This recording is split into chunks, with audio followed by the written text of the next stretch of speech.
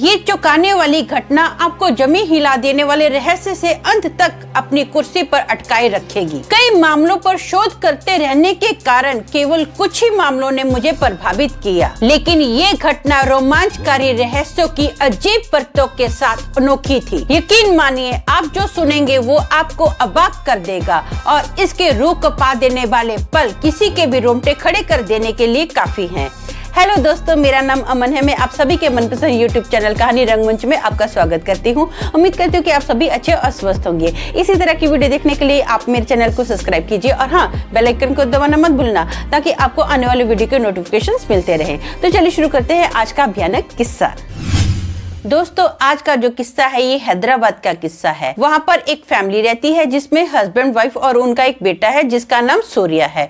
सूर्या एक बहुत ही बड़ा बिजनेसमैन है। एक बार ना रात का वक्त होता है, सूर्या अपने ही घर में ऑफिस का काम कर रहा होता है।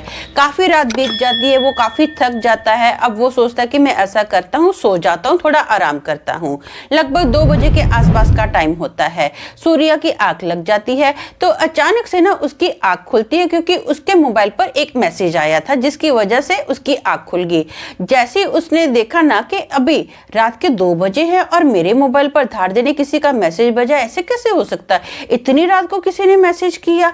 तो वो फट से ना मोबाइल का मैसेज चेक करता है तो उस मोबाइल में लिखा हुआ था इंग्लिश में, लेकिन मैं उसका अनुवाद आपको हिंदी में करके बताती हूँ। उस मोबाइल के अंदर मैसेज ये टाइप किया गया था कि मेरी तबीयत बहुत ज्यादा खराब है, प्लीज हेल्प मी। और ये मैसेज पढ़ के ना जो सूर्या होता है बहुत ज्यादा उसको घबराहट होती है, वो चौंक जाता है क्योंकि ये मैसेज पल्लवी का मैसेज था। जो पल्लवी थी ना, इसकी 2 साल पुरानी एक गर्लफ्रेंड थी। ये पल्लवी वही थी जिसने 2 साल पहले सूर्या को छोड़ दिया था।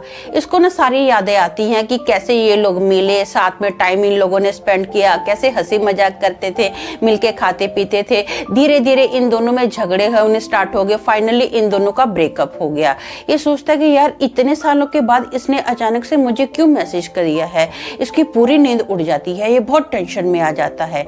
इतने में ना इसके मोबाइल पर फिर से दूसरा मैसेज आता है, वो भी इंग्लिश में ही लिखा हुआ था, जल्दी आओ, अर्जेंट प्लीज। तो ये सोचता है कि यार क्या करूँ, इतना रात हो गई है, क्या है इसको प्रॉब्लम, क्या नहीं है, मेरे को जाके देखना चाहिए। अब ना ये फटाफट अपनी गाड़ी की चाबी उठाता है, बिना अपनी मम्मी डैडी को बोले ना सीधा पल्लवी के घर पर पहुंचता है। ये घर का मेन दरवाजा जो होता है ना उसको खटखटाने की कोशिश करता है। ये सोचता है कि मेन दरवाजे से पहले, खटखटाने से पहले मैं बेल बजाता हूँ। बेल बजाता है, काफी टाइम ये 4-5 बेल बजा देता है लेकिन दरवाजा खुलता ही नहीं है, कोई रिएक्ट ही नहीं आता है। फिर ये ना बाहर ही खड़ा रहकर पल्लवी को कॉल करता है कि पल्लवी दरवाजा खोल दे, कि चलो मैं उसको कॉल कर लेता हूँ और बुलाता हूँ, बताता हूँ कि मैं घर के बाहर खड़ा हूँ। ये 5-6 रिंग पल्लवी को करता है लेकिन पल्लवी फोन का कोई जवाब ही नहीं देती है। इसको बड़ा अजीब लगता है, यार ना ये दरवाजा खोल रही है ना ये फोन उठा रही है। तो वो क्या करता है, सूर्या ना जो मेन दरवाजा होता है हल्का सा उसको ऐसे कर रहा है खटखटाने के लिए। जैसे उसने हाथ लगाया ना तो हल्का सा दरवाजा खुल गया। तो इसको ऐसा लगा कि शायद पल्लवी ने मेरे लिए खोल के रखा हो, पहले से उसको पता हो कि मैं आ रहा हूँ तो इसलिए ये दरवाजा उसने खुला रखा होगा मेरे लिए। अब जैसे ही इसका घर के अंदर पैर जाता है ना तो देखता है कि घर के अंदर चारों ओर अंधेरा ही अंधेरा है, पूरा अंधेरा छाया हुआ है, बिल्कुल भी लाइट नहीं है। तो इसको ना पल्लवी की सिसकियां मारने की आवाज आती है, ऐसी आवाज आ रही है। इसको लगता है कि पल्लवी रो रही है, तकलीफ में है।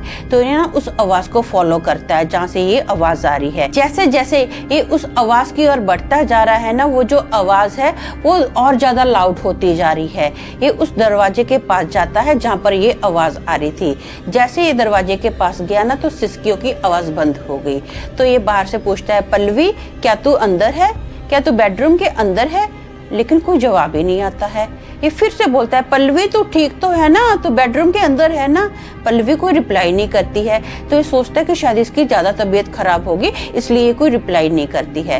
अब ना ये जैसे बेडरूम का दरवाजा खोलता है तो चारों ओर अंधेरा ही अंधेरा होता है।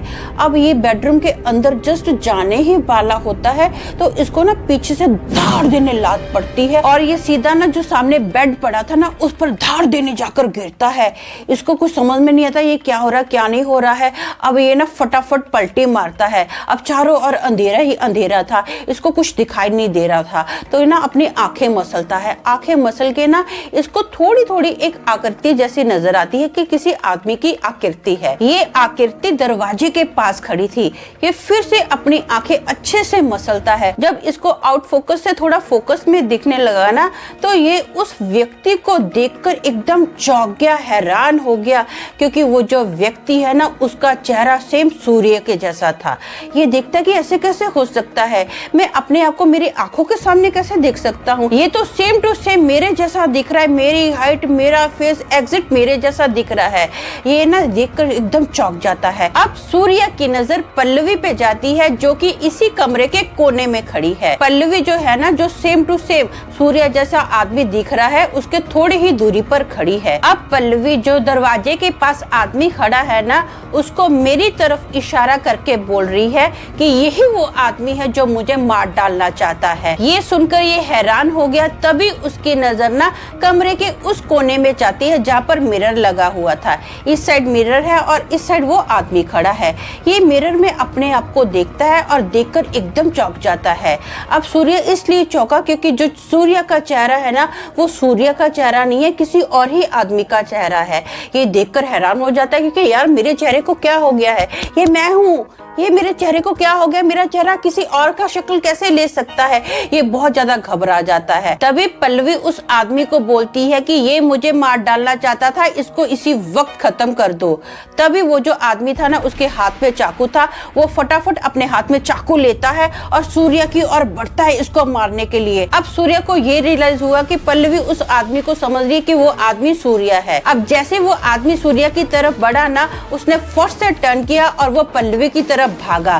फटाफट उस बंदे ने क्या किया, पल्लवी के दिल पर ना धनाधन चाकू घोंपना स्टार्ट कर दिया। वो घोंपता जा रहा है और सूर्य जो है ना इतना ज्यादा टेंशन में आ गया, वो कुछ समझ पाता, वो भागा उस आदमी की तरफ और उसने ना उसका हाथ पकड़ने की कोशिश की कि वो पल्लवी के ऊपर ना अटैक करे। उस बंदे ने धाड़ देने उसको धक्का मारा पीछे सूर्य को और सूर्य दूर जाकर गिरा और जोर जोर से आवाज आने लगी। टी टी टी टी करके मोबाइल की आवाज आती है और सूर्य की आंख खुलती है।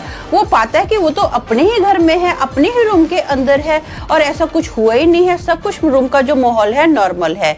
अब सूर्य मैसेज को पढ़ता है। वो मैसेज जो था सच में पल्लवी का मैसेज था और वहां पर लिखा हुआ था, मेरी तबीयत बहुत ज्यादा खराब है, प्लीज हेल्प मी। और सूर्य ये देखकर एकदम चौंक जाता है। ये वही मैसेज था जिसको पढ़कर सूर्य पल्लवी के घर पर गया था। अब इसकी नजर ना टाइम पर जाती है, एग्जैक्ट 2 बजे होते हैं। ये एकदम डर जाता है कि ये क्या है, ये सब कुछ वो सपने में देख चुका था कि ऐसा ऐसा होने वाला है। एग्जैक्ट सेम वैसे ही इसको मैसेज आता है, सेम वही टाइम होता है। ये डिसाइड करता है कि मैं वहां पर नहीं जाऊंगा।